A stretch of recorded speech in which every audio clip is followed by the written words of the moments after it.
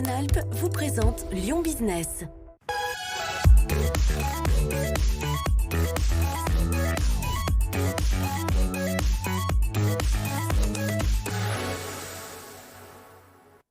Lyon Business, c'est votre rendez-vous consacré à l'économie tous les mardis sur BFM Lyon. Bienvenue. Cette semaine, on va s'intéresser à la reconversion des sportifs avec mon invité Jérémy Clément. Bonsoir Jérémy Clément. Bonsoir. Merci d'avoir accepté notre invitation sur BFM Lyon.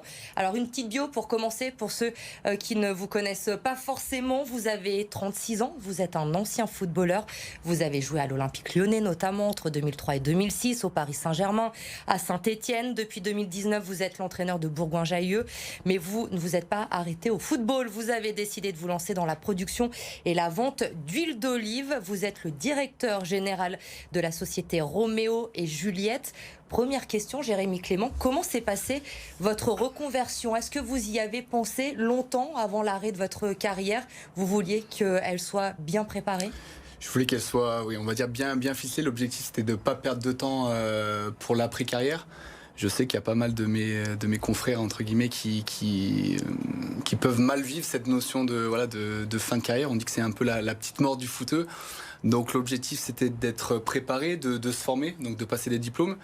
Et moi, c'était vraiment une notion qui était importante à mes yeux, de ne pas perdre de temps, de rester dans le foot, mais aussi de faire autre chose. J'ai toujours aimé ce côté un peu business, un peu découvrir les choses. Et c'était important pour moi de concilier les deux, le football et le côté entrepreneurial. Est-ce qu'il y a des pièges à éviter quand on est footballeur professionnel comme vous? J'imagine que vous êtes très sollicité quotidiennement et notamment sur cette après-carrière. Il faut être vigilant. L'après-carrière, alors moi, je l'ai vécu pendant le confinement. C'est vrai qu'au mois de mars dernier, du coup, j'ai pris la décision d'arrêter. Et forcément, on a des sollicitations. Après, je pense qu'il faut... Voilà, à 36 ans, on est plus mature, donc on peut se rendre compte des pièges à éviter, mais c'est aussi ça. Après, moi, je pars du principe que même si on fait des choses qu'on réussit ou qu'on ne réussit pas, l'important, c'est d'essayer, de faire. Et voilà, on ne peut pas toujours tout réussir. En tout cas, je pense que c'est important d'être bien entouré pour se protéger, c'est bien, je veux dire.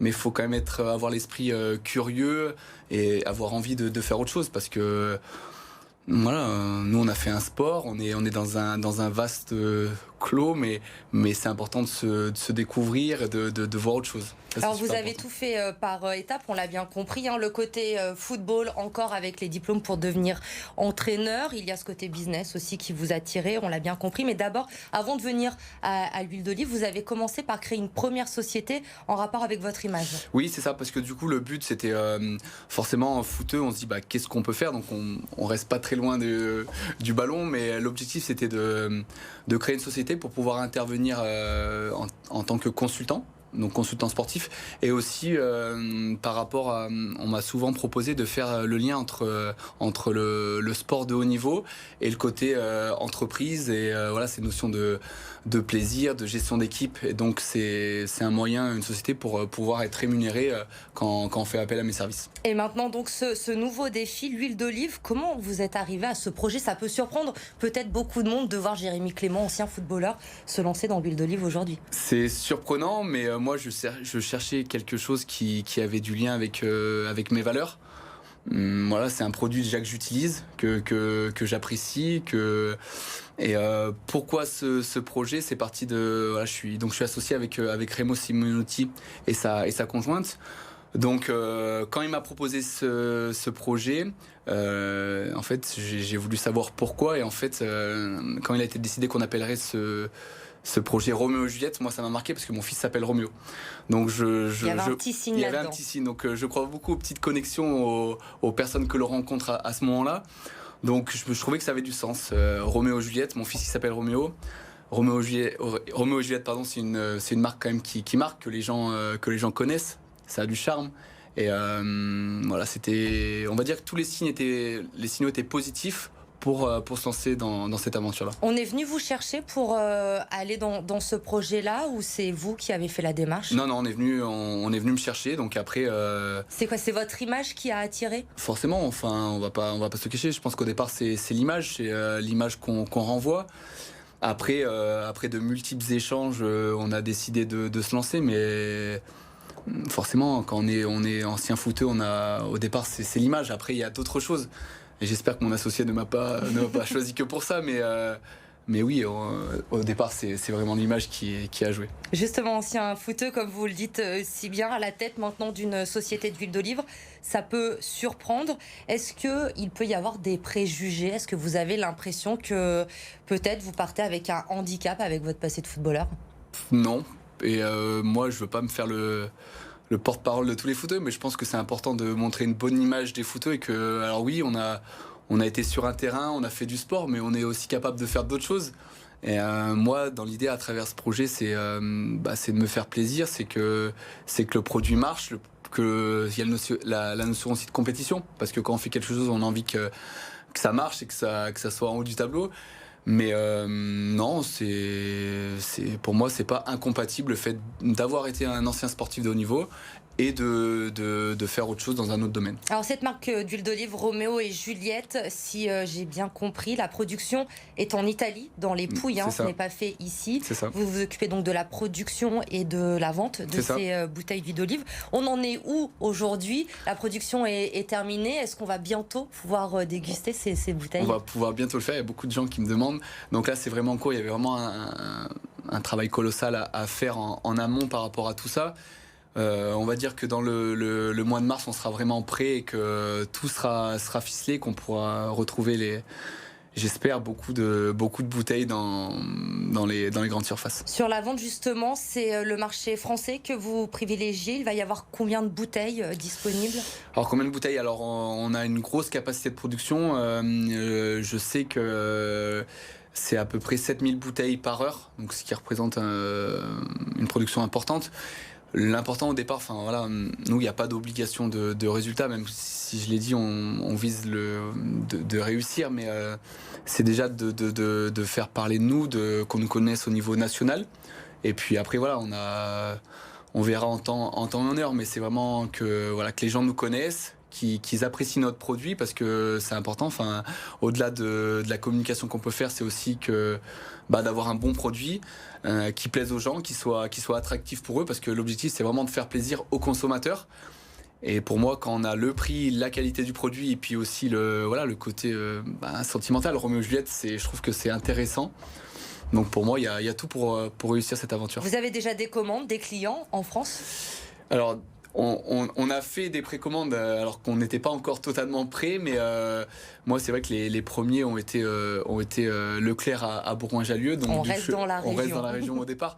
Après, nous, dans notre stratégie, l'objectif c'est on a des commerciaux indépendants dans chaque région, donc qui vont pouvoir travailler de façon indépendante et gérer leur relation, le portefeuille client qu'ils auront dans chaque région. Devenir chef d'entreprise, ça ne vous a jamais effrayé, fait peur? On a beaucoup d'exemples de sportifs de haut niveau qui ont tenté des reconversions, qui se sont retrouvés sans rien. Vous n'avez jamais eu cette appréhension? Après, je l'ai dit au départ, même si on se plante, c'est malheureux. Des fois, on va perdre de l'argent, mais je pense que c'est important d'essayer.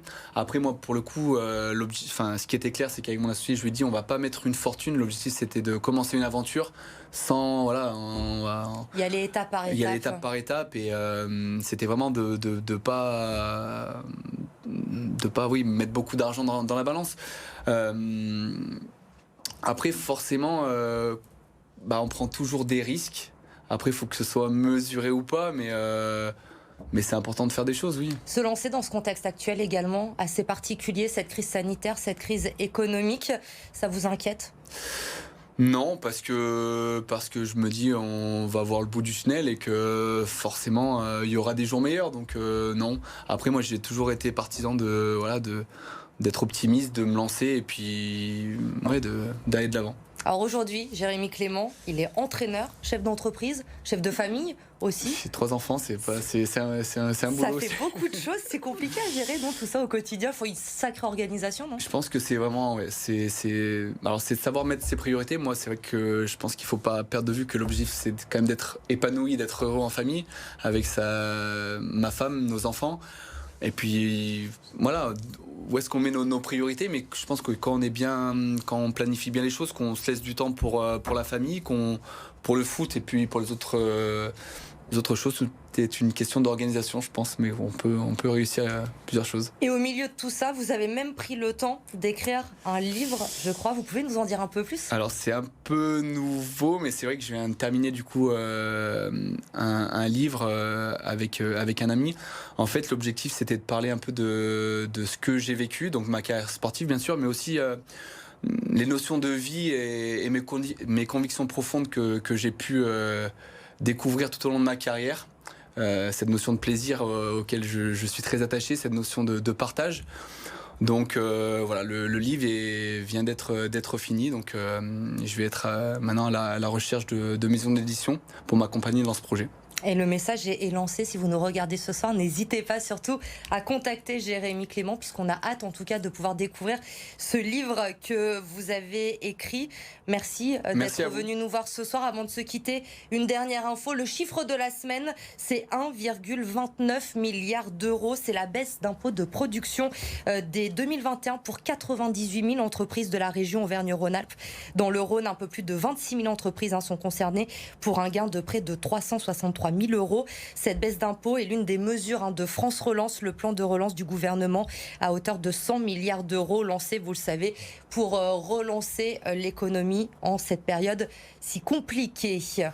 Voilà pour ce Lyon Business. Jérémy, encore merci d'être venu nous présenter votre projet. On a hâte de pouvoir goûter votre huile d'olive, donc Roméo et Juliette. Vous restez avec nous sur BFM Lyon. L'info se poursuit. Passez une très bonne soirée.